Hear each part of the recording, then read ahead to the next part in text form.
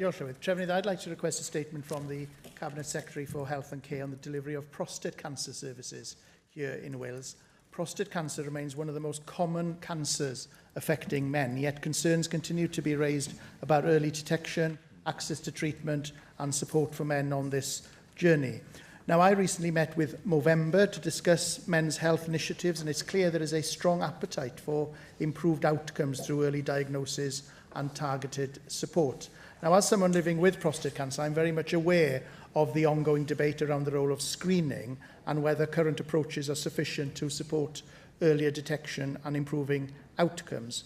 There have also been developments in new treatments such as the Stereotactic Ablative Radiotherapy, which may offer more targeted and effective options for patients. Therefore, given the importance of this issue, I'd be grateful for a statement outlining the Welsh Government's current position on a national screening programme, its assessment of emerging treatments such as stereotactic ablative radiotherapy, and what action it's taking to improve outcomes for men with prostate cancer across Wales.